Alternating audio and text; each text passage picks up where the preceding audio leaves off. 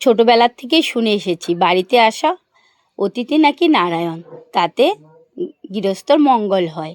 আর good morning বন্ধুরা, আবার চলে আসলাম ছোট্ট একটা মিনি ব্লগ নিয়ে।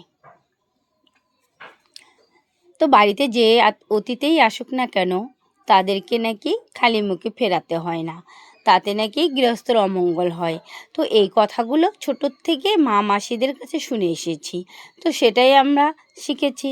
আর আমি তো বিশেষ করে সেই কথাগুলো খুবই মনে রেখেছি, কারণ বড়রা যেটা বলে সেটা নাকি খুবই কাজে দেয়। তো দেখো, আমার সংসার তো অভাব অনটন লেগেই আছে, তার তো নতুন কিছু নয়।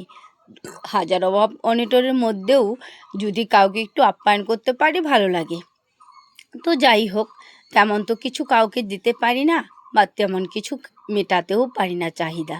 তো যতটুকু সম্ভব ততটুকুই করার চেষ্টা করি।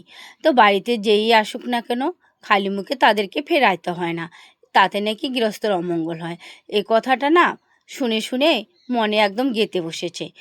তাই আমি চেষ্টা করি যেই আসুক না কেন তাকে অন্তপক্ষে একটু জল বাতাসা খাওয়ানোর।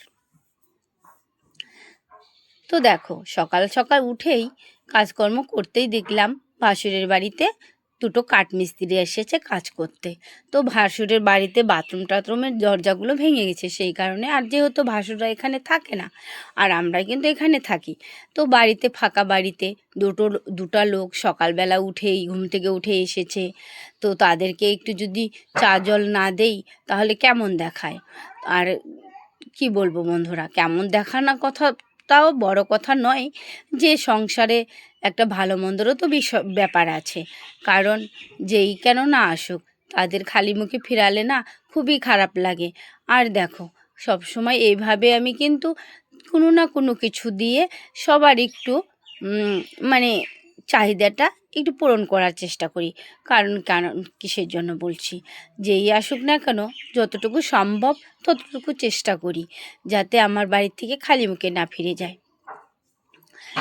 তো সকাল সকাল সব কাজকর্ম করেই লেগে পড়েছিলাম, বিছানাপত্র গুছিয়ে জামা কাপড়গুলো কেচে নেড়ে দিলাম।